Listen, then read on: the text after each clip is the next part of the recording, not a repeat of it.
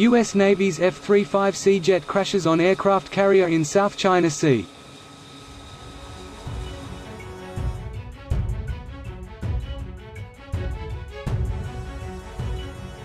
Pilot ejects after F-35 Lightning II landing mishap on USS Carl Vinson in South China Sea.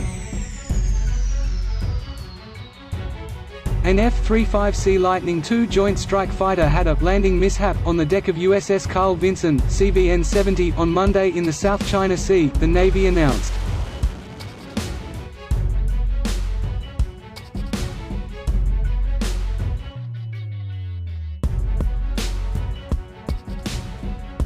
The F-35C Lightning II, which is assigned to Carrier Air Wing 2, was conducting routine flight operations in the South China Sea when the mishap occurred.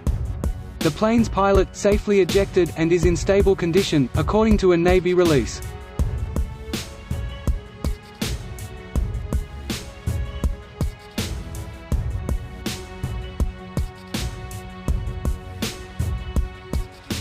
The injured sailors were on the deck of the carrier.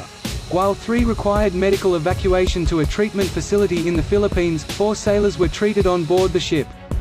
All of them, including those who required evacuation, were stable. The cause of the in-flight mishap is under investigation, the statement added. It is also the most expensive weapon system ever made, with a sticker price of around $100 million per plane, including the engine, said a Forbes report. While the U.S. Air Force is said to have 283 F-35s, the exact number of fighters in the Navy's possession is unclear.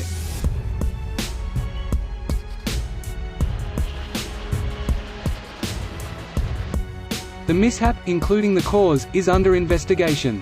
The Navy did not provide details on the status of the aircraft.